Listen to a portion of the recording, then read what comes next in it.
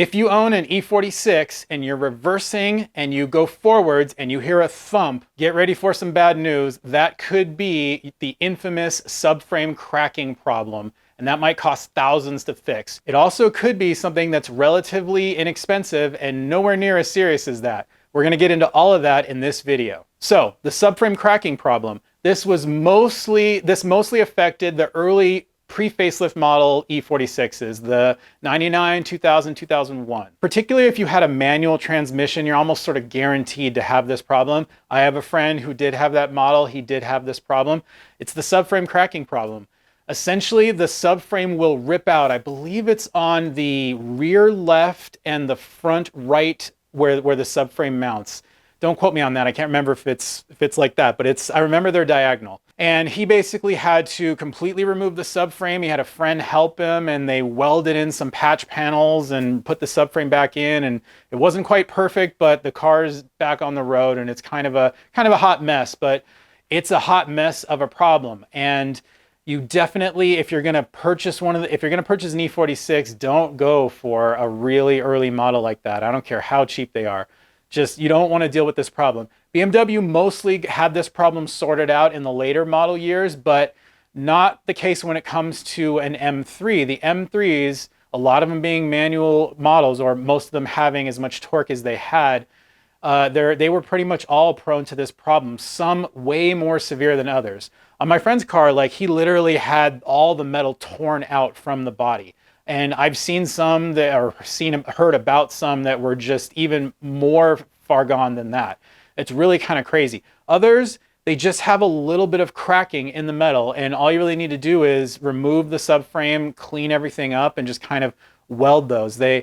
Some companies will they will drill a hole past the outside of either crack in order to stop the crack in its place. They kind of cut the crack out and weld in a patch, and they take care of it from there. If you have this cracking, or if your mounts have already torn out, there's two main ways that you can fix the problem. Obviously, if it's torn out, you need to re-weld that, but in all cases, you need to weld on some sort of reinforcement panels in key areas, and there are several sellers of these sort of reinforcement kits.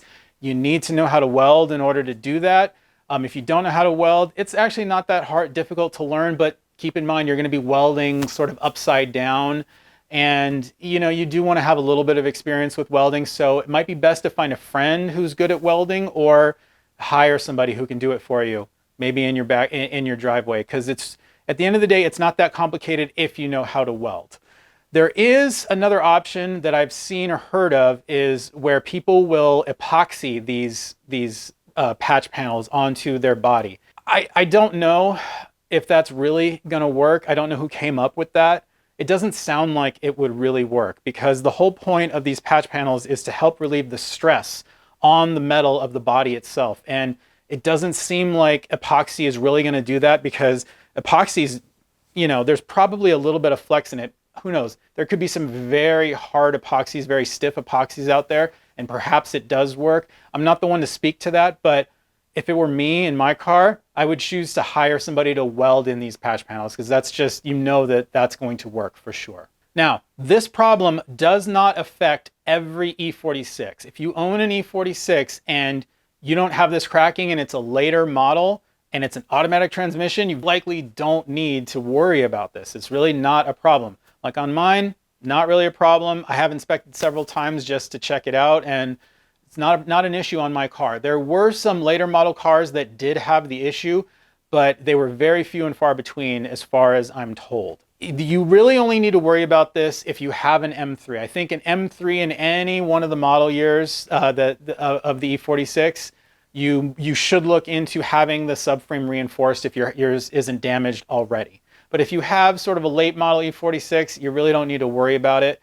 Maybe if you have an automatic or a manual transmission, I would inspect on a regular basis. And if you notice the cracks starting to develop, go ahead and have the job done. But for the most part, automatic car, late model, not really going to be an issue. Now, there are some cases where it might not be the cracked subframe at all. If you hear a thud when you're backing up and then you go forward and you hear a thud, it very well could be your differential bushings, where the differential mounts to the subframe.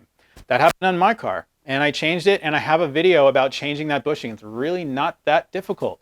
And it should only cost you a couple $100 if you're gonna have somebody do it at a garage if you find somebody good. Yeah, I would refer you to that video if you wanna get a look at what the job is and entails. It's really approachable. Yes, you have to remove your differential. That might be a little bit difficult for you, but I take you through the whole job step by step. So definitely check out that video if you have this problem. If you enjoyed this video, please give me a thumbs up. And if you wanna help me out, if you see another video of mine, click on it, watch it for me, because that really helps me out with YouTube. And it helps me if you watch the whole video or more of the video than you might really want to. Hopefully you want to watch the whole thing, but things like that will really help me out, guys. So if you enjoyed this one, I really hope to see you on the next one. I'm the 50s Kid. Thanks a lot for watching.